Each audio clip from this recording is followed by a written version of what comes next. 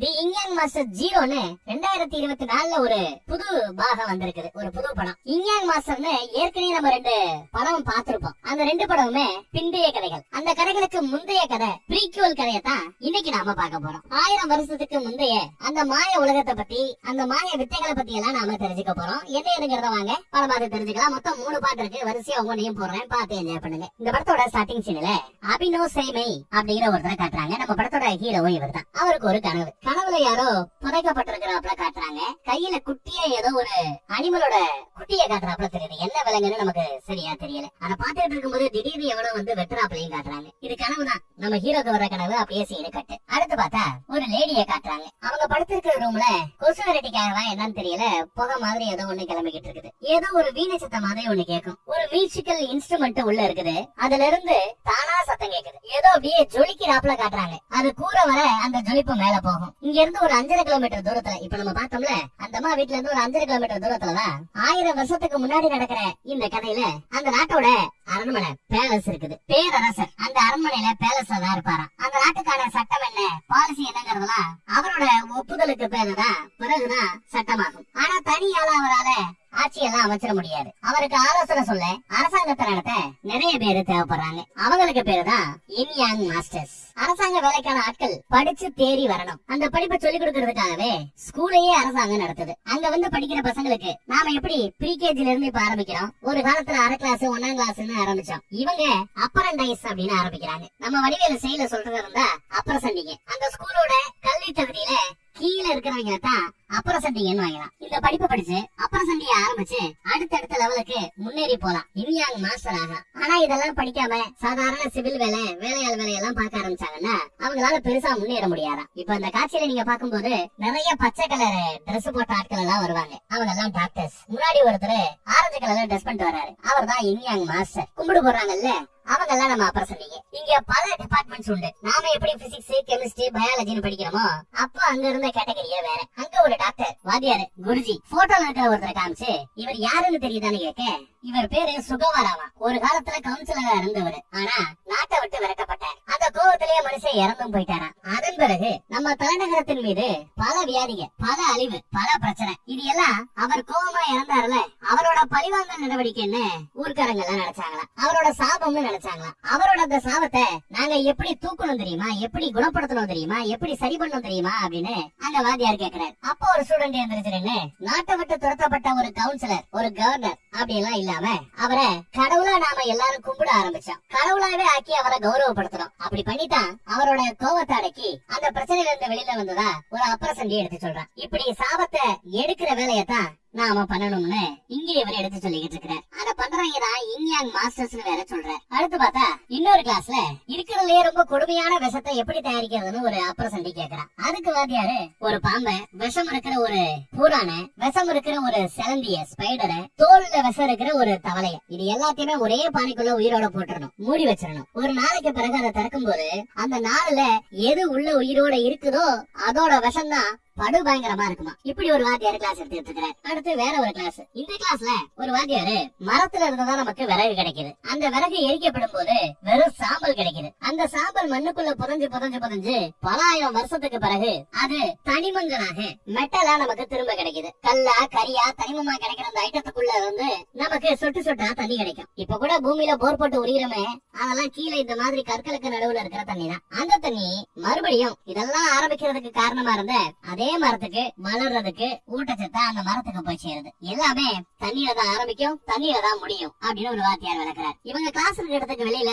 ஒரு பெரிய மணிமகரம் மாதிரி இருக்கு பாருங்க, ஒரு மணிக்கோபுரம் மாதிரி. இத அவங்க கடிகாரம் வாட்சுங்கிறாங்க. இதை எப்படி மணி பாப்பீங்க தெரியல. இங்க கூட நிறைய தண்ணி இருக்கும். இந்த தண்ணியும் அதே மாதிரி பூமிக்கடியில இருந்து வந்த தண்ணி தான் அப்படிங்கிறப்ப வாத்தியார் காட்டுறாரு. அடுத்து ஒரு இன்யாங் மாஸ்டர் எல்லாருக்கும் கிளாஸ் எடுக்கிறார். கண்கட்டு வித்தையை பத்தி கிளாஸ் எடுக்கிறார். ஒரு ஸ்டூடெண்ட கூப்பிட்டு அவன் கையில சூடு வைக்கிறார். அது சூடுன்னு சொல்லிட்டு தான் வைப்பாரு.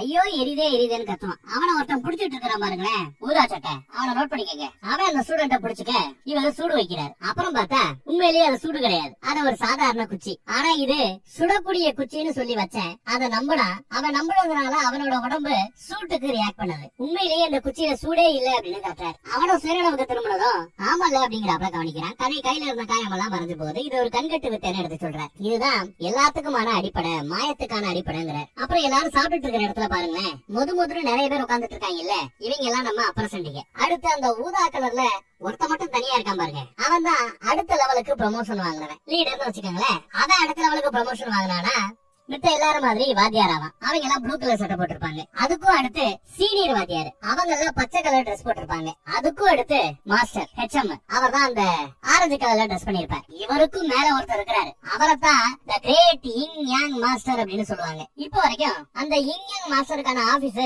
எம்டியா தான், காலியிடமா தான் கிடக்குறான். அப்படி தேர்ந்தெடுக்கப்படக்கூடியவர் பேரரசருக்கே ஆலோசனை சொல்லக்கூடிய அளவு தகுதி வாய்ந்தவர், அதிகாரம் வாய்ந்தவர். அங்க படிக்கிற அப்ரசண்டிகள் எல்லாம் ஏதோ வேலை பார்த்துக்கிட்டு இருக்கும்போது நம்ம ஹீரோ பையனை பத்தி தான் ஏதோ பேசிட்டு இருக்காங்க. அவனை பெத்தது அவன் வந்து ஒரு நரிக்கு பிறந்தவனாமே, இப்படி எல்லாம் பேசிட்டு இருக்காங்க. நரிக்கு பிறந்த ஒருத்தன், அதனால அவனுக்கு சக்தி கிடைக்குதுங்கிறாப்ல பூரணி. அதே சமயம் நம்ம லீடர் வந்து நிறைய ஒர்க் கொடுக்குறாரு, அசைன்மெண்ட், இந்த ஒர்க் எல்லாம் நீ பண்ணி வைக்கிறாரு. மறுபடியும் பார்த்தா நம்ம ஹீரோக்கு அதே மாதிரி ஒரு கனவு, யாரோ ஒருத்தவங்க டெட் பாடி மாதிரி கிடக்குறாங்க, கையில ஒரு அனிமலோட குட்டி இருக்கிறாப்ல இருக்குது. திடீர்னு ஒருத்த வந்து வெட்டுறான். இத பத்தி மாஸ்டர் கிட்ட எடுத்து சொல்றாரு இவர் நம்ம ஹீரோ. எப்பயோ நடந்த உன் அப்பா அம்மாவோட சாவை பத்தி தான் நீ கேட்டிருக்கிற, உன்னோட பேரண்ட்ஸோட சாவை தான் நீ கனவுல பாக்குற.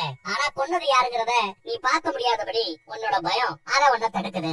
அந்த பயத்தை தாண்டினேன்னா உங்க பேரண்ட கொன்னது யாருங்கிறத உன்னால கண்டுபிடிக்க முடியுங்கிறாப்ல அட்வைஸ் பண்ணி அனுப்பிச்சு வைக்கிறாரு மாஸ்டர். சரி, நீ எதிர்த்து வெளியில வரும்போது அங்க ஒரு 4 பேர் வாத்தியாருங்க நினைக்கிறேன். நீ பெரிய எவனாமே, ஏதோ பயங்கர கண்கட்டு வித்தை எல்லாம் காட்டுவியாமே, எங்க காட்டு பாப்போம் அப்படின்னு கேட்க, என்ன பண்ணணும் இப்ப இவன் கேட்பான். அதோ அந்த தவளையை வெடிக்க வை பாப்போம், சாகடி பாப்போம், நாங்க ஒத்துக்கிறோங்கிறாங்க. ஆனா இது கோயில் இந்த மாதிரி ஒரு உயிரை அழிக்கலாமான்னு கேட்டா, அதெல்லாம் அழிக்கலாம், தப்பு இல்ல, காட்டுறா அப்படின்றாங்க. சரின்னு ஒரு இலைய பிச்சு, இந்த இலைய வச்சு அந்த தவளையை நான் கொல்றேன் பாருங்கன்னு சொல்லிட்டு அந்த இலைய அப்படியே உதவி விடுறான். அந்த இலை அப்படியே மெதுவா போய் அந்த தவளையோட மேல அப்படி பட்டதுமே அடுத்த செகண்ட் வெடிச்சு செதறும். அந்த ரத்தம் எல்லாம் இவங்க மேல தெரிக்கும். இதையெல்லாம் அந்த பக்கத்துல அரண்மனையில் இருக்கிற ஒருத்தன் கவனிக்கிறான். இளவரசியோட சொந்தக்கார பையன், பெரிய வித்தக்காரனா இருப்பானோ அப்படின்னு அந்த சொந்தக்கார பையன் நினைக்கிறான். நம்ம சும்மா இல்லாம அந்த தவளையை கொண்டதுக்கு நீங்க 4 பேர் கேட்டதான் காரணம். சோ அந்த தவளை உங்க 4 பேர்ல ஒருத்தரா பழி வாங்கும், பாத்துக்கங்கன்னு சொல்லிட்டு போறாரு நம்ம ஹீரோ. இவங்க பதறானுங்க. அடுத்து அந்த சொந்தக்காரர் உள்ள வர அத்தனை பேரும் மரியாதை செலுத்துறாங்க. சீனியர் வாத்தியார் உட்பட, மாஸ்டர் உட்பட எல்லா பேருமே அவனுக்கு மரியாதை. ஏன்னா அவன் அரண்மனையில இருந்து வந்திருக்கான், பெரிய ஆளு. ஆனா அந்த சொந்தக்காரவைய நம்ம ஹீரோவை தான் பாக்கணும்னு அடம்பிடிக்கிறார். ஹீரோக்கு அந்த நியூஸ் வருது, கொஞ்சம் பாத்து நடந்துக்கப்பா, கேட்கறத பண்ணி கொடுப்பான்னு. யோ வாத்தி, நீ சொன்னதெல்லாம் செய்ய வேண்டிய அவசியம் எனக்கு இல்ல, என் வழி தனி வழின்னு சொல்லிட்டு அவன் அந்த சொந்தக்கார பையில போய் பாக்குறான். வணக்கம் வச்சுட்டு என்னால முடியாதுன்னு சொல்லிட்டு கிளம்புறான். இவரு பின்னாடியே ஓடி போய், டேய் நான் இன்னும் என்னன்னு கேட்கவே இல்லையா அப்படின்னு வராது சொந்தக்கார பையன். காலை பிடிக்க வந்தா பிடிச்சு தள்ளி விடுறாரு. என்னையா கொஞ்சம் கூட மரியாதை நடத்துறேன், நான் எவ்வளவு பெரிய ஆள் தெரியுமா கேட்க, யாரா வேணா இருந்துட்டு போ, உதவின்னு தானே கேட்க வந்திருக்கிறேன், என்னால முடியாதுங்கிற. இவனுக்கு நிறைய சக்தி இருந்தும் பெருசா மத்தவங்களுக்கு உதவி பண்ணணும், இல்ல அந்த சக்தியை பயன்படுத்தணும், இந்த மாதிரி எண்ணமே கிடையாது. வேண்டாம் வெறுப்பா எப்படி சில பேர் இன்ஜினியர் படிக்கிறாங்க, டாக்டர் படிக்கிறாங்க, அந்த மாதிரி இவன் வேண்டாம் வெறுப்பா தான் இந்த வேலையை பாத்துட்டு இருக்கான். எனக்கு இல்லப்பா, அரண்மனையில இளவரசிக்கு தாப்பா பிரச்சனை, என் சொந்தக்கார பொண்ணுதாப்பா, ஹெல்ப் பண்ணுப்பா அப்படிங்கிறார். அப்புறம் தான் நம்மால அந்த கண்கட்டு வித்தையில சில சாம்பிள்ஸ் இவனுக்கு காட்டுவாரு. உடம்புல எலியை ஏத்தி விடாப்ல தெரியும், எலியா அவனை விரட்டுறாப்ல தெரியும். ஆனா அடுத்த வெடி பார்த்தா அது எலி கிடையாது, சாதாரண பை. யோடி பெரிய ஆள் தாயா, கண்டிப்பா இளவரசியை நீதாயா காப்பாத்தணும்னு கையோட கூட்டிட்டு வந்துறாரு. நம்மளால முன்னாடி உட்கார்ந்து இருக்கிறான், இளவரசி அந்த பக்கம் உட்கார்ந்து இருக்குது. அடிக்கடி கனவுல ஏதோ ஒரு டிராகன் வருதான், ஏதோ தப்பா நடக்க போதுன்னு பயமா இருக்குன்னு. எதுக்கு ஒரு வீணை வந்து உடஞ்சு கிடக்குது, நரம்பெல்லாம் அங்கங்க பிஞ்சு போய் கிடக்கும். ஒவ்வொரு நரம்பும் ஒரு டிராகனா வந்து தன்னை பயமுடுத்ததா சொல்லிட்டு இருக்கிறேன். சரி நம்மளால என்ன பண்ணலாம் பாக்கலான்னு அன்னைக்கு ராத்திரி காத்திருக்கிறேன். சொந்தக்கார பையன் என்ன நினைக்கிறேன்னு விசாரிப்பான். என்ன அந்த பொண்ணு நீதான் கட்டிக்க போறியான்னு கேட்டா, ஐயோ அந்த தகுதி எனக்கு இல்ல, அவங்க ஸ்டேட்டஸ் என்ன, ஏன் ஸ்டேட்டஸ் என்ன, வாய்ப்பே இல்லங்கிறான் சொந்தக்கார பையன். பேசிட்டு இருக்கும் போதே நம்ம பையன் சரக்கடிப்பான். ஏன் சரக்கடிக்காதயா, ராத்திரி உனக்கு வேலை இருக்கு, இளவரசி கத்துனாலும் கத்துவாங்கன்னு சொல்லி முடிக்கல, ஏதோ சத்தம் கேக்குது, ஏதோ கனவு காண்டுகிட்டு இருக்கிற, அந்த கனவோடயே எந்திரிக்கிறான், அந்த கனவுக்குள்ளேயே தான் இருக்கிற. இந்த பக்கம் சொந்தக்கார பையன் ஃபர்ஸ்ட் சரக்கடிக்க மாட்டேன்னு சொன்னாலும் அடுத்து நம்ம ஹீரோ கேட்டுக்கிட்டதுனால ஓவரா சரக்கடிக்க ஆரம்பிச்சிட்டான். அப்பதான் அந்த சத்தம் கேட்டிருக்கோம். நம்ம ஹீரோ ஓடியாந்து இந்த பக்கம் பாத்துருப்பார். காலையில ஒரு வீணையை பத்தி பேசினாங்க இல்ல, அந்த வீணையில இருந்து தானா சத்தம் வருது. யார் இந்த வீணையை இசைக்கிறான்னு கேட்டா, ஏதோ ஒரு அதிர்வின் காரணமா அந்த இன்ஸ்ட்ருமெண்ட் தானா இசைக்குது அப்படிங்கிறப்ப சொல்றாரு நம்ம ஹீரோ. இந்த வைப்ரேஷன் என்னங்கிறது தான் இப்ப நம்ம ஹீரோ கண்டுபிடிக்கணும். பில்டிங் கடியில ஏதாவது இருக்கா அப்படின்னு செக் பண்றாரு. மூடியோட ஒரு பாட்டில் இருந்தா எடுத்துட்டு வா ஓடுங்கிறாரு. சொந்தக்கார பையில ஓடுறான். இளவரசி இந்த பக்கம் வருவாங்க. அதே சமயம் கீழ இருந்து ஒரு அதிர்வு, விருட்டுன்னு ஏதோ ஒரு லைட் அப்படியே அவளை சுத்த ஆரம்பிக்கும். ஏதோ ஒரு கட்டுக்குள்ள வந்துகிட்டு இருக்கிறான். அதே சமயம் சொந்தக்கார பையன் பாட்டில கொண்டு வந்து தூக்கி போட, பாட்டில எடுத்து இவரு மேஜிக் போட, மந்திரம் போட ஆரம்பிக்கிறார். சுத்தி இருந்த அந்த போர்ஸ அந்த பாட்டிலுக்குள்ள மந்திரம் போட்டு அடைக்கவும் செஞ்சுட்டார். அப்படி மயங்கி விழப்பும் போது சொந்தக்கார பையன் தான் ஓடி போய் பிடிப்பான். நம்ம ஹீரோ தான் நக்கல் பண்றாப்ல. உனக்கு பிடிச்ச அந்த பொண்ணு மயங்கி விழும்போது போய் அப்படியே ஓங்கி போய் பிடிச்சி எப்படி ஃபீல் பண்றீங்க கேப்பாப்ல. ஃபீலிங் எல்லாம் நல்லா தான் இருந்தது, ஆனா அது முக்கியம் இல்லங்கிறாப்ல. அந்த பாட்டிலுக்குள்ள ஏதோ அடைச்சியப்பா, அது என்னதுப்பா அப்படின்னு கேட்கிறார். பார்த்தா உள்ள அப்படி ஒண்ணும் பெருசா எதுவும் இல்ல. அந்த போர்ஸ தான் அரெஸ்ட் பண்ணி வச்சிருக்காப்ல. இளவரசி இந்த பக்கம் முடிச்சிடுறாங்க. என்ன ஒரு டிராகன் கவரை பார்த்தது ஹீரோ தான் காப்பாத்துனதா புலம்பிக்கிட்டு இருக்கிற. அந்த ஏரியாவை விட்டு வெளியில வந்து பாட்டில திறந்து விடுறாரு. அந்த பக்கம் பார்த்தா அந்த கொடூரமான விஷத்தை யாரோ ஒரு பானைக்குள்ள ஒவ்வொரு ஐட்டமா போட்டு தயாரிக்க முயற்சி பண்றாங்கிறது நல்லா தெரியுது. மூஞ்சியெல்லாம் நமக்கு காட்டல. அதோட விளைவோ என்னவோ தெரியல.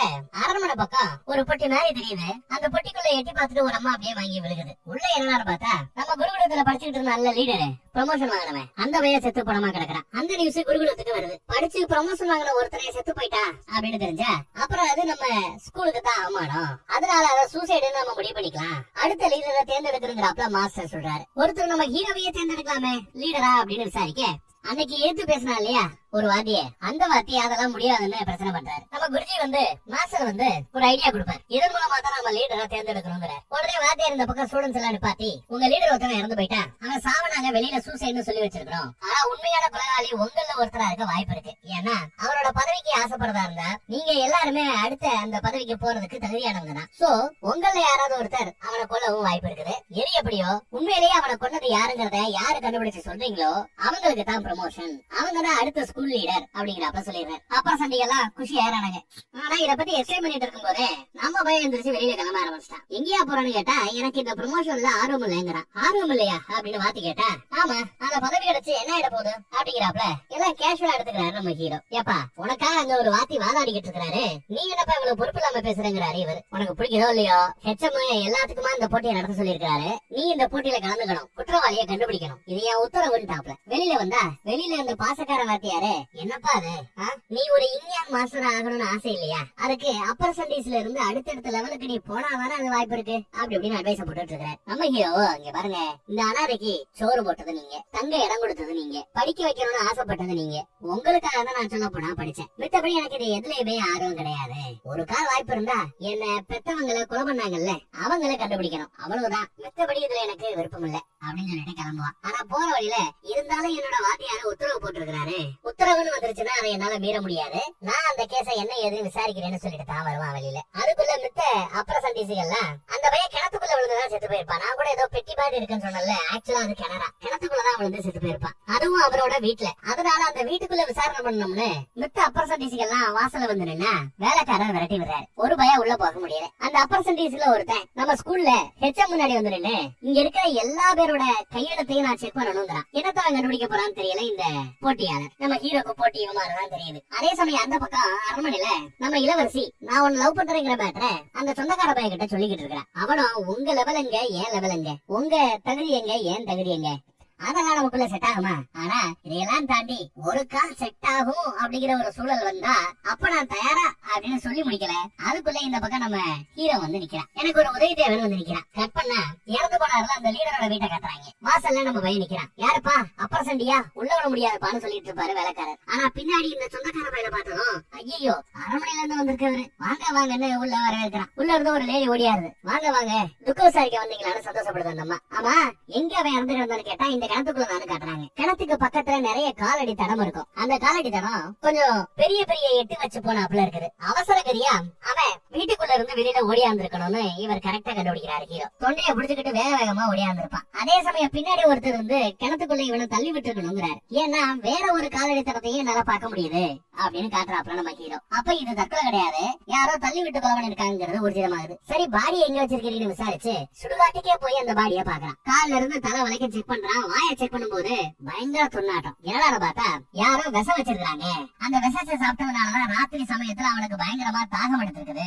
தண்ணி குடிக்கிறதுக்காக கிணத்து பக்கம் வந்திருக்கான், புடிச்சு தள்ளி விட்டு இருக்காங்க. இப்படிதான் அவன் கண்டுபிடிக்கிறதுங்க. அதே சமயம் அந்த பக்கம் பார்த்தா லைப்ரரி பக்கம் அந்த கையெழுத்தை செக் பண்ணு சொன்னவன் ஏதோ தேடிக்கிட்டு இருக்கான். அப்புறம் நம்ம ஹீரோவும் அங்க வந்து ஏதோ ஒரு புத்தகத்துல தேடிக்கிட்டு இருக்கிறாரு சில விஷயங்களை. இந்த பக்கம் நம்ம சொந்தக்காரர் அவரு ஒரு இசை அறிவிதான் போல. அவரு இசையில அப்படியே நினைச்சுக்கிட்டு இருக்கிறாருன்னு சொல்லலாம். எதுக்கு ஒருத்தர் எல்லாரையும் தாண்டி கொஞ்சம் ஒசரமா உட்கார்ந்து இருக்காரு. மேபி அடுத்த பேரரசராக இவர் இருக்கலாம், இல்ல இவரே பேரரசரா கூட இருக்கலாம். ஆனா ஆள் கொஞ்சம் கெத்தா இருக்காரு. மேபி இளவரசரா அரசரா பேரரசரா எதுவும் தெரியல. ஆனா அவரு அந்த வேலை பத்தி எல்லாரும் பேசிட்டு இருக்காங்க. அவன் ஏதோ ஒரு நரிக்கு பிறந்தவனாமே, உண்மையா அப்படின்னு விசாரிக்கிறாரு நம்ம ஹீரோவை பத்தி. ஏங்கய்யா கேக்குறீங்க அப்படின்னு நம்ம சொந்தக்கார பையன் கேட்டா, இளவரசியோட வீட்டுல இருந்து ஒரு டிராகனையே அடிச்சு வரட்டானாமே, ஒரு பேய் டிராகனை, நீ கூட இருந்தியாமேன்னு விசாரிக்கிறாரு. ஆமா அது உண்மைதாங்கிறான் இவன். கண்டிப்பா நரிக்குதான் பிறந்திருக்கணும்னு சொந்தக்காரன் சொல்றாரு. ஏன்னா ரொம்ப ரூடா நடந்துக்கிறானா. எது ரூடா நடந்துக்கிறாப்பையான்னு இவரு விசாரிக்கிறாரு. அப்படியே கொஞ்சம் தள்ளி எடுக்க பார்த்தா நம்ம ஹெச்எம் உட்கார வச்சிருக்காங்க. அவரு நடந்த இந்த கான்வர்சேஷனை கேட்டு சிரிக்கிறாரு. அவன் ஒண்ணும் நரி கிடையாது, அவன் சாதாரண மனுஷன் தாங்கிறாரு ஹெச்எம். ஆனா அந்த பையன் சின்ன குழந்தையா இருக்கும் போதே பெத்தவங்கள அந்த பையனோட கண்ணு முன்னாடியே யாரோ கொண்டுட்டாங்க.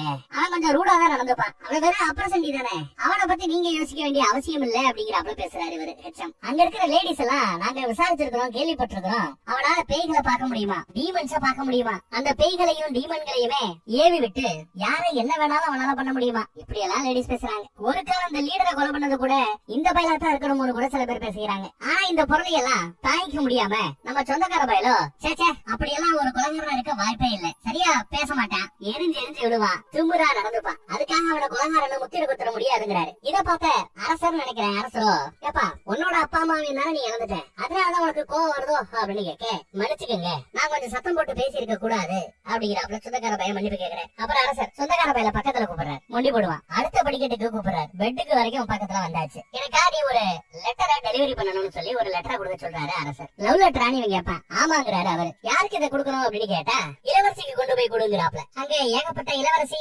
இருப்பாங்களோ, ஏன்னா லெட்டர் கொடுக்க சொல்ற அந்த இளவரசி இந்த பேலஸ்ல இல்ல, அப்ப வேற ஒரு பேலஸ்ல இருப்பாங்க போல தெரியுது. ஆனா இவன் அந்த பொண்ணை லவ் பண்றான். அதே பொண்ணுகிட்ட போய் லவ் லெட்டர் கொடுக்க சொல்றாரு அரசர். இவனுக்கு என்ன பண்ணணும் தெரியல. இவன் அரசரா இளவரசரா, பேரை சொல்லி கூப்பிடுங்களா இல்ல பதவியை சொல்லி கூப்பிடுங்களான்னா 19 பேசுறாங்க. யாரு என்ன பதவினே கண்டுபிடிக்க முடியல. பின்னாடி ஏதாவது பதவியில திருத்தம் இருந்தால் சொல்றேன், அது வரைக்கும் இதே ஃப்ளோல கண்ணியம் பண்ணுவோம். இந்த பக்கம் லைப்ரரியில அந்த போட்டியாளர் நம்ம ஹீரோ கிட்ட எப்ப உன் வயசுனப்பான்னு கேக்குறேன். நம்ம அது சொல்லல. பயப்படாத, உன் மேல சாபத்தை போடுறதுக்காக சூனிய வைக்கிறதுக்காக எல்லாம் வயசை கேட்கல, சும்மா தெரிஞ்சுக்கலாம் தான் கேக்குறேன் சொல்லுப்பான்னு சொன்னதும் 27 வயசுங்கிறாரு நம்ம ஹீரோ. ஆனா என் வயசு எவ்வளவு தெரியுமா, 45. ஒரு விவசாய கூலியோட பையன் நானு. நம் நாட்டோட மக்கள் தொகை எவ்வளவு தெரியுமா உனக்கு, 60 லட்சம். இந்த 60 லட்சம் பேரை மேய்க்கிறதுக்கு அரசு அதிகாரிகள் எவ்வளவு பேர் தெரியுமா, 12,506 பேர் தான். அந்த அரசு அதிகாரிகளோட ரேங்கிங் பட்டியல் முதல் இடத்துல அரசர் இருப்பாரு, கடைசி இடத்துல ஒரு சிப்பாய் இருக்காருன்னு வச்சுக்கோங்களேன். நடுவுல ப்ரமோஷன்ஸ் ஒரு 30 ப்ரமோஷன்ஸ் வாங்கினாதான் மேல மன்னர் கிட்ட நெருங்க முடியுமா,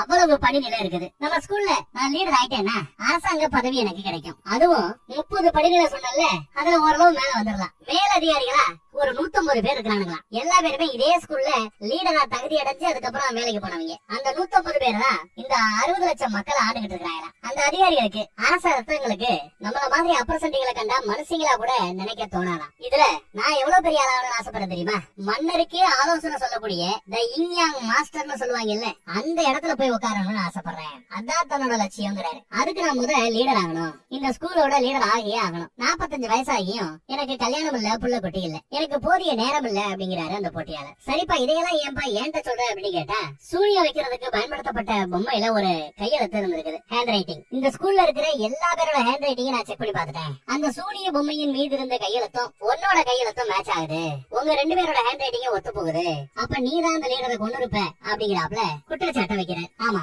2 கையெழுத்து ஒத்து போகுது, ஹேண்ட் ரைட்டிங்ஸ் ஒத்து போகுது, அப்ப நீ தான் அந்த லீடரை கொண்டு இருக்கணும்ங்கிறாப்ல. வாத்தியாரு இன்னும் சில அப்ரசன்டிஸ்களையும் கையோட கூட்டிட்டு வந்திருக்காரு அரெஸ்ட் பண்றதுக்கு, பிடிக்கிறதுக்கு. கட்டி போட்டு விசாரணையும் ஆரம்பமாகுது. லீடர் ஆகுங்கிற நோக்கத்துக்காகத்தானே இதெல்லாம் செஞ்சு அப்படிங்கிறாப்ல கேக்குறாங்க. அப்ரசன்டிஸா இருக்கிற அத்தனை பேருக்கும் அதான் நோக்கம், அதெல்லாம் ஒண்ணும் தப்பு இல்லையேங்கிறாரு அவரு நம்ம ஹீரோ. சரி லைப்ரரியில எதை சம்பந்தமா நீ படிச்சுட்டு இருந்தேன்னு கேட்டா, பாய்சன்ஸ் விஷம் சம்பந்தமா படிச்சிட்டு இருந்திருக்கேன். ஏன் அதை படிச்சேன்னா, செத்து போன அந்த லீடர் அவன் ஃபர்ஸ்ட் பாய்சன் கொடுக்கப்பட்டு அதன் பிறகு கிணத்தில் தள்ளப்பட்டு செத்து போய் கிடந்தான். சோ பாய்சனை பத்தி படிச்சதா சொல்றேன். அதெல்லாம் உனக்கு எப்படி தெரியுது கேட்டா, நானே பர்சனலா போய் அந்த பாடியை இன்ஸ்பெக்ட் பண்ணேன் அப்படின்னு சொல்றான். இதை கேட்டதும் மித்த ஸ்டூடெண்ட்ஸ் எல்லாம் விலையை ஓடுறானுங்க, அன்கெய்டா இருக்கிறதா சொல்றாங்க, அசுத்தமா இருக்கிறாங்கிறாங்க. அந்த போட்டியாளரும் ஹேண்ட் ரைட்டிங் ஒத்து போறத காரணம் காட்டி இவன் தான் குற்றவாளிங்கிறாரு. ஆனா நான் பண்ணலங்கிறாப்ல. அப்ப வேற யாரு பண்ணான்னு கேட்டா, இதோ என்ன பிடிச்சு கொண்டு வந்து கொடுத்தாரு இந்த போட்டியாளர் கூட பண்ணி இருக்கலாங்கிறாப்ல. 45 வயசாயிடுச்சு, இன்னும் பெருசா எதையும் சாதிக்கல, வளரணுங்கிற வெறி, இது ஒரு நல்ல வாய்ப்பு. சோ ஏன் மேல பழி போட்டு நீ அந்த லீடர் பதவி எடுத்துக்கலான்னு பாக்குற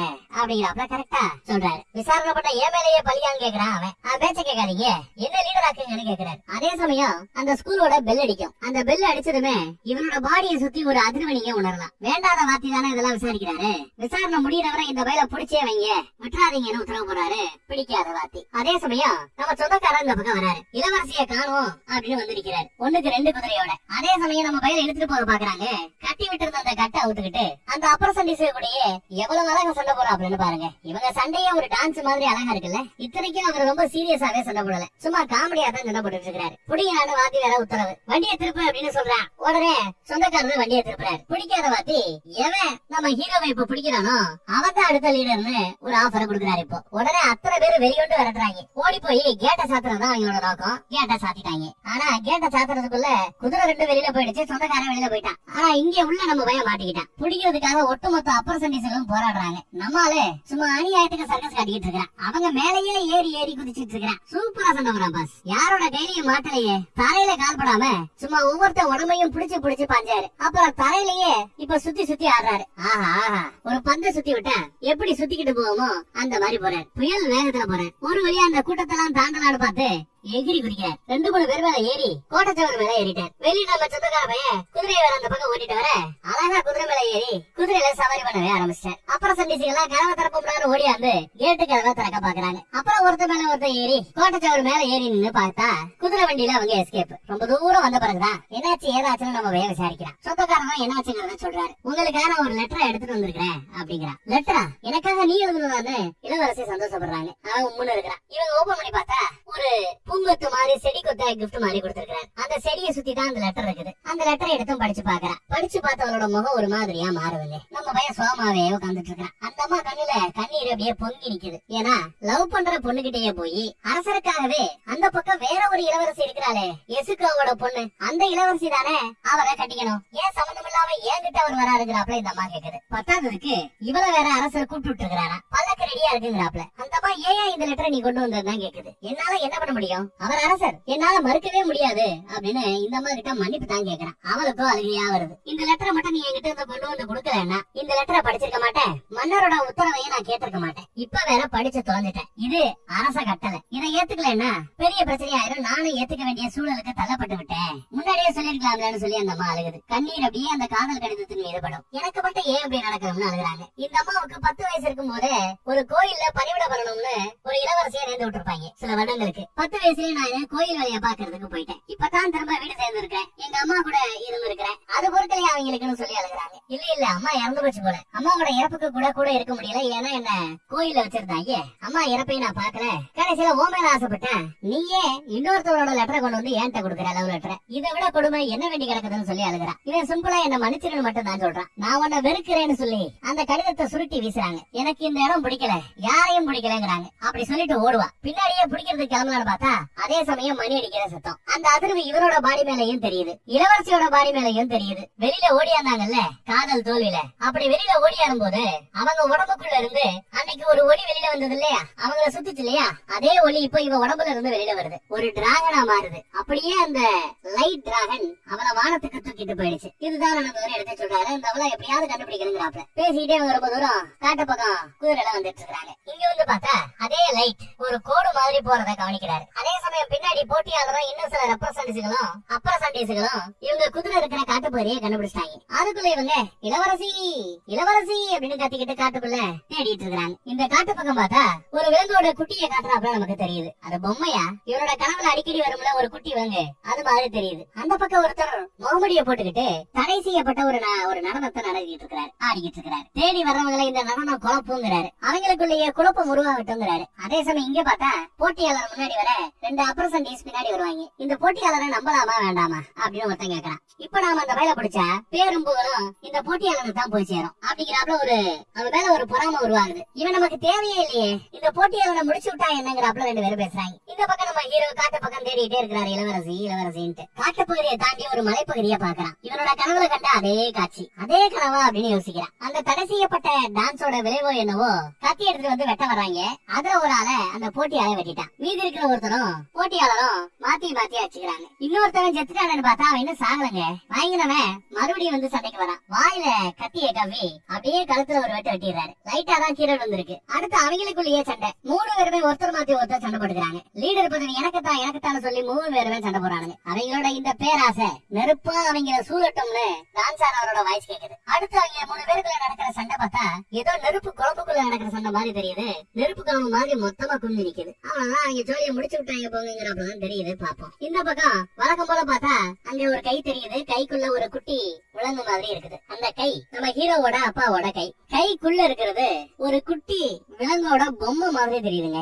எனக்கு ஒரு ரூபம், நான் தான் உன்னோட பேரண்ட்ஸ கொன்னேன்னு வந்து நிக்குது. இன்னும் முகம் சரியா அவனுக்கு தெரியல. கோவத்துல அங்க இருந்த கத்திய உருகிட்டு படு வேகமா வெட்டுறதுக்காக வருவான். வேகமா பக்கத்துல வரும்போது அவன் உடம்புல அப்படியே நெருப்பு எரியாப்புல இருக்கும். வந்து வெட்டலான்னு பார்த்தா ஒரு விசில் சத்தம் கேக்குது. கூடவே நம்ம சொந்தக்கார பயலோட சவுண்ட். எது உண்மைன்னு உனக்கே தெரியாதா, நல்லா பார் அப்படிங்கிறாப்புல ஒரு சத்தம். குருநாதர் சொன்னதும் இவனுக்கு ஞாபகம் வருது. பயப்படாம பாக்கணுமேன்ட்டு ரொம்ப பொறுமையா எதுக்கு இருக்கிற ஆளை கவனிக்கிறான். அடுத்த நொடி கண்ணுல இருந்து கண்ணீரா ஊத்துது. அவர் யாரா இருக்கும் தெரியல. கட் பண்ணா சொந்தக்கார பையன் உட்காந்து புல்லாங்குழல் இசைச்சுக்கிட்டு இருக்கிறார். இசைக்கிறத நிப்பாட்ட பிறகுதான் நம்ம ஹீரோ அழுதுட்டு இருக்கிறத கவனிச்சுட்டு என்ன பிரச்சனை அப்படின்னு வந்து நிக்கிறார். விசாரிக்கிறார். ஏதாவது தப்பு நடந்து போச்சாலும் கேட்கிறாரு. எதுக்கு புல்லாங்குழல் நீ கையில வச்சிருக்கேன்னு கேட்கிறாப்புல நம்ம ஹீரோ. நான் எப்பெல்லாம் சந்தோஷப்பட்டா, வருத்தப்பட்டா, கவலைப்பட்டால இத வாசிச்சா அவனோட கவலை எல்லாம் போகுமா, அதுக்காக தான் வாசிப்பானா. விசில் சத்தம் கேட்டதா சொன்னல, இல்ல இந்த புல்லாங்குழலோட சத்தத்தை தான் இவரு கேட்டிருப்பார். அந்த சத்தம் தான் இவரை இந்த உண்மையான நிஜ உலகத்துக்கு கொண்டு வந்திருக்குது. அதற்காக நன்றி சொல்கிறார். பரவாயில்லையே, நீ இன்னொரு மனுஷனுக்கு தேங்க்ஸ் எல்லாம் சொல்லுவியா, இன்னொரு சொல்லுப்பா, நான் சரியா கேட்கல பாங்கிறாப்ல. சொல்ல முடியாது போயாங்கிறான். ஆனா அப்ப முக்கியம் இல்ல,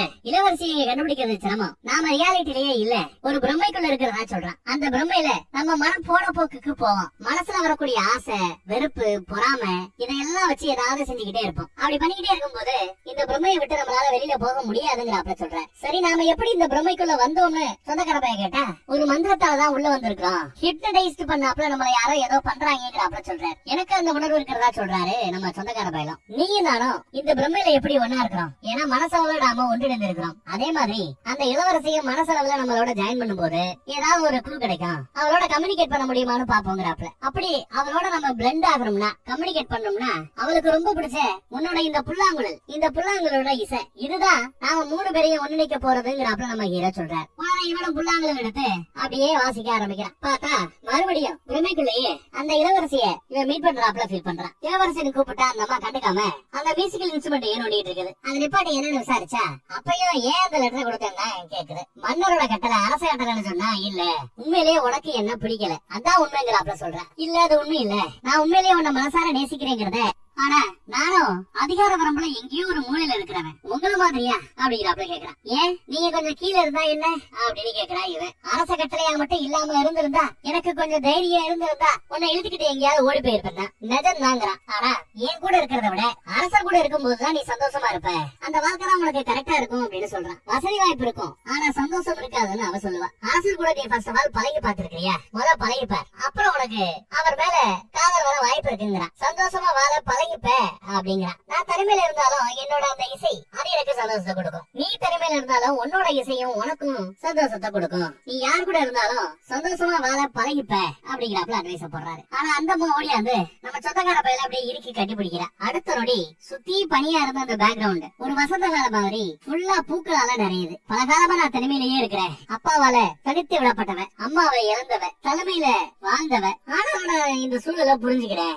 ஆரம்பத்துல இருந்து நான் புரிஞ்சுக்க பழகிக்கிட்டேன் எல்லாம் பேசிட்டு இருக்கும்போது பேக்ரவுண்ட் ஒரு மாதிரியா மாறி பூவா இலையா பூத்து தள்ள ஆரம்பிக்குது. தேங்க்யூ, நன்றி அப்படின்னு சொல்றாங்க. அவனோட கண்ணத்தை அழகா தடவி கொடுத்து இப்ப நான் சந்தோஷமா இருக்கிறேங்கிறாப்ல சொல்றேன். அப்படி ஏக்கி காதல் முத்தமும் கொடுக்கறான். மேபி ஒரு குட் பை முத்தமா கூட அது இருக்கலாம். இவனும் ஆசையா கட்டி பிடிப்பான். அடுத்த செகண்ட் பார்த்தா அப்படியே பூவா மாறி காணாம போயிடுவான், பறக்க ஆரம்பிச்சிடறான். இளவரசி இளவரசின்னு எல்லா பக்கமும் கத்திக்கிட்டு இருக்கான். அதே சமயம் நம்ம ஹீரோ இந்த மேலோட பேரை சொல்லி சத்தம் போடுறாரு. ஏதோ தப்பா இருக்குங்கிற. அடுத்த நொடி பார்த்தா இங்கேயா இருந்து ஒரு போர்ஸ் இந்த பக்கம் வருது. என்னடானா ஒரு டிராகன் ஒரு பெரிய பேரழிவை ஏற்படுத்தி இவங்களை நோக்கி வேகமா வந்துகிட்டு இருக்குது. ஓடுன்னு சொல்லி 2 பேரும் ஓடுறாங்க. டிராகன் விடுறாப்புல தெரியல, விரட்டிக்கிட்டே வருது. பின்னாடி வரவரை யோ காப்பாத்தியா காப்பாத்தியான்னு கத்துறாரு. ஆனாலும் அந்த டிராகன் விடுறாப்புல தெரியல, விடாது விரட்டிக்கிட்டே வருது. நம்மாலே அந்த ரியாலிட்டியவே பொழப்பாரு. இவங்களோட பில்டிங் இருக்கிற ஏரியா பக்கம் ஓடுறாப்புல அவருக்கு தோணுது. ஆனா அந்த பக்கம் தடை செய்யப்பட்ட அந்த டான்ஸ் ஆடுற மனுஷன் இவங்க ஓடுற அந்த லைன்ல ஒரு கதவை பூட்டை எல்லாம் உருவாக்கிறார். வந்து மோதுன அந்த போர்ஸ்ல கதவை தானா திறக்குது. ஆனா 7 புள்ளி கொண்ட ஒரு தற்காப்பு வளையத்தை அவர் உருவாக்குறார். ஆனா அந்த டிராகன் வந்து மோதுன அந்த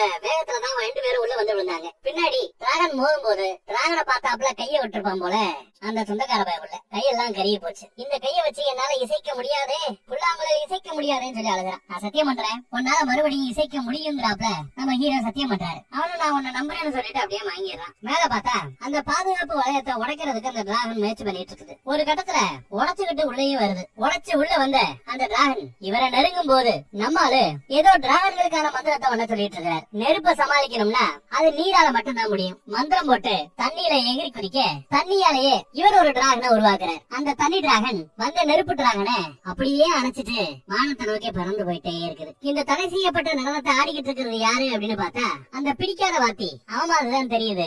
இது சாத்தியமே இல்லையே, இது எப்படி சாத்தியம்னு புலம்பிட்டு இருப்பான். வந்த அந்த தண்ணி டிராகனை அப்படியே அவனை முழுங்கிட்டது. ஆளோட சோழி முடிஞ்சிருச்சுன்னு நினைக்கிறேன். மனப்பிரமையில இருந்தவன் அப்புறம் வெளியில வர்றான். பார்த்தா நம்ம இளவரசியோட மடியில தான் கிடக்குறான். நீ நடப்புக்கு வந்துட்டேன்னு அந்த அம்மா உசி போடுது. உடனே முன்னாடி போட்டு முண்டி போட்டு மரியாதையோட உட்காந்துக்கிறான். இந்த பிரம்மையில இருந்து நான் கத்துக்கிட்டது ஒண்ணு, நாம எங்க இருந்தாலும் யாராலையும் பார்க்க முடியலனாலும் ஒன்னா சந்தோஷமா இருக்க முடியும். மனதாலே காதலிப்போம்னு சொல்லிட்டு அரசர் கூப்பிட்ட அரச கட்டளையை ஏத்துக்கிட்டு நான் போறதுக்கு தயாருங்கிறாங்க. ரெண்டு பேரும் ஒருத்தர் புரிஞ்சுக்கிட்டு ஆனந்த கண்ணீரை ஊத்திக்கிட்டு இருக்காங்க. அந்த பக்கம் நம்ம ஹீரோ முழிக்கிறான். பார்த்தா கட்டப்பட்ட நிலைமையிலதான் அவனும் மரமம் அந்த மன பிரம்மைக்குள்ள இருந்திருக்கான். எதுக்கு இருந்த மத்த அப்பர் சண்டிஸ் எல்லாம் ஒரு மாதிரி கிடக்குறானுங்க. கை கட்ட அவுத்துட்டு நம்ம ஆளை எந்திரிக்கிறார். அப்பர் சண்டிஸ் எல்லாம் மல்லாந்து கிடக்குறாங்க. எந்திரிச்சு நடந்து வர்றான். வெளியில இருந்து அப்பர் சண்டிஸ் எல்லாம் உள்ள ஒடியாறாங்க. வேகமா கோவமா ஹெச்சமா பாக்குறதுக்காக வரான். ஆரஞ்சு கலர் சட்டை. என்னோட பேரண்ட்ஸ கொன்னது யாருங்கிறது எனக்கு தெரிஞ்சு போச்சு. நீங்க தான் அது. அந்த வேண்டாத வாத்தி போட்ட சாவத்தால நீங்க மாட்டிக்கிட்டீங்கிறாப்ல வந்து நிக்கிறார். ஏன் இப்படி செஞ்சீங்கன்னு கேட்க இந்த காரணத்தை நான் உனக்கு சொல்ல வேண்டிய அவசியம் இல்லைங்கிறாரு அவரு. வெற்றியோ தோல்வியோ இன்னொருத்தர்கிட்ட ஒருத்தர் சொல்லத்தான் ஆசைப்படுவாங்க. ஏன் இப்படி பண்ணீங்கன்னு மறுபடியும் கேட்கலாம். லைட்டா ஒரு பிளாஷ்பேக்.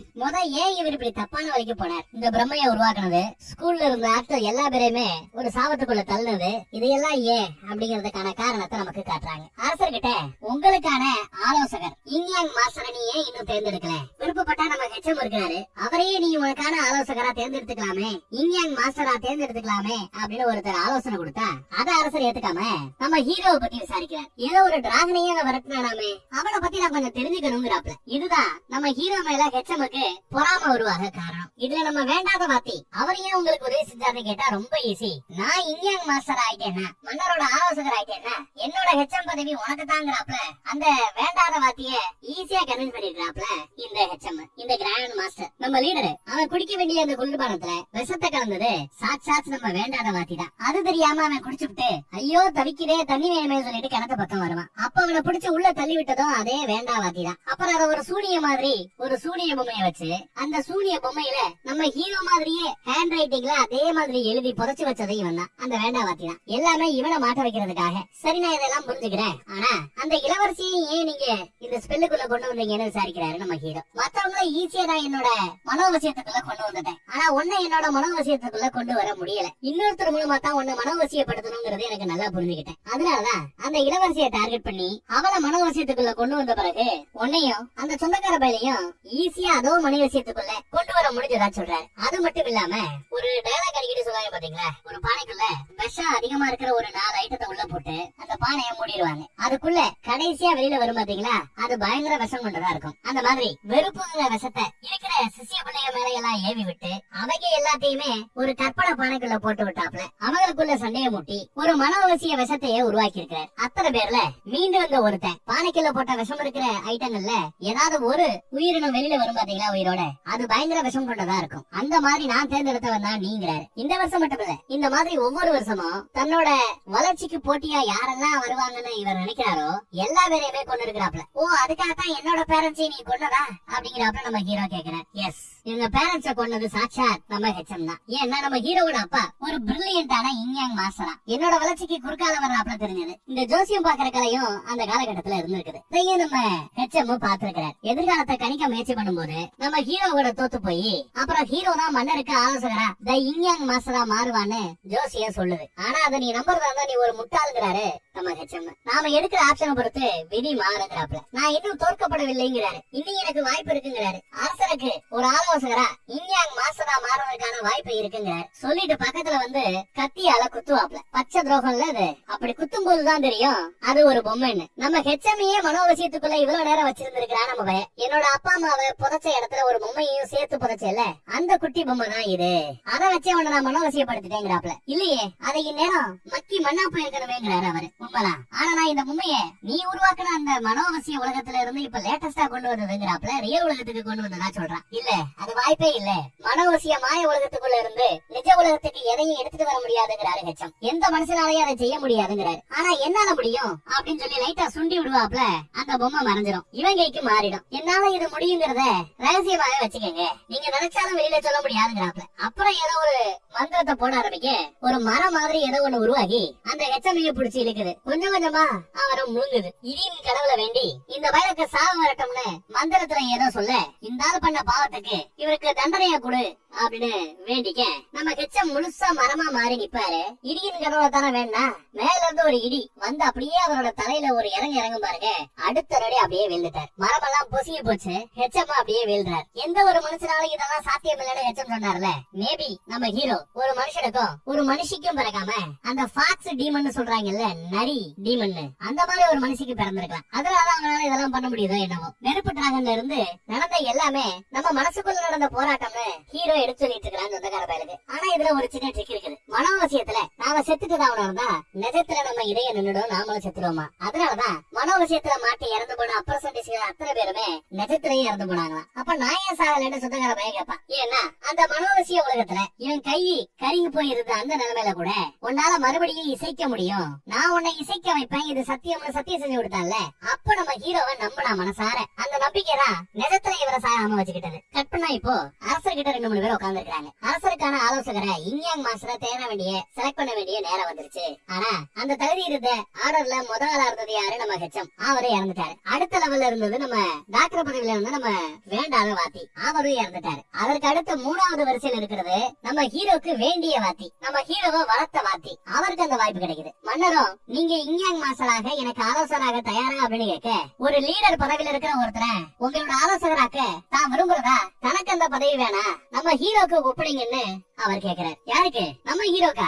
இன்ட்ரெஸ்டிங், அருமை அப்படிங்கிறாரு மன்னரும் கூட. மனோவசிய உலகத்துல பவர்ஃபுல்லா இருந்த அந்த நெருப்பு டிராகன் அது பொறாமையோட வெளிப்பாடு. தண்ணியிலேயே நம்ம ஹீரோ ஒரு டிராகனை உருவாக்குனால அது நம்ம ஹீரோவோட நம்பிக்கை. ஆனா நம்ம இளவரசியோடைய கோல்டன் டிராகன் இருக்கே, அது எதை குறிக்குதுன்னு விசாரிக்கிறான் நம்ம சொந்தக்காரவை. அதோட அர்த்தம் காதலா. உண்மையில அவ வச்சிருக்கிற காதலின் அர்த்தம் தான் அது அப்படிங்கிறாரு நம்ம ஹீரோ. அந்த காதலோட வலிதான், த பெயின் ஆஃப் லவ் தான் டிராகனா மாறினதா சொல்றாப்ல. ஓ, அது உண்மைதானே அப்படின்னு இவனும் ஃபீல் பண்றான் சொந்தக்கார பயலும். சரி சரி, உன்னோட புல்லாங்குழல எடுத்து ஒரு மியூசிக்க போடு பாப்போன்னு நம்ம ஹீரோ கேட்க அவனும் வாசிக்கிறான். அந்த புல்லாங்குழல் இசையோட இன்யாங் மாஸ்டர் 0ங்கிற இந்த சைனீஸ் படம் இதோட முடியுது.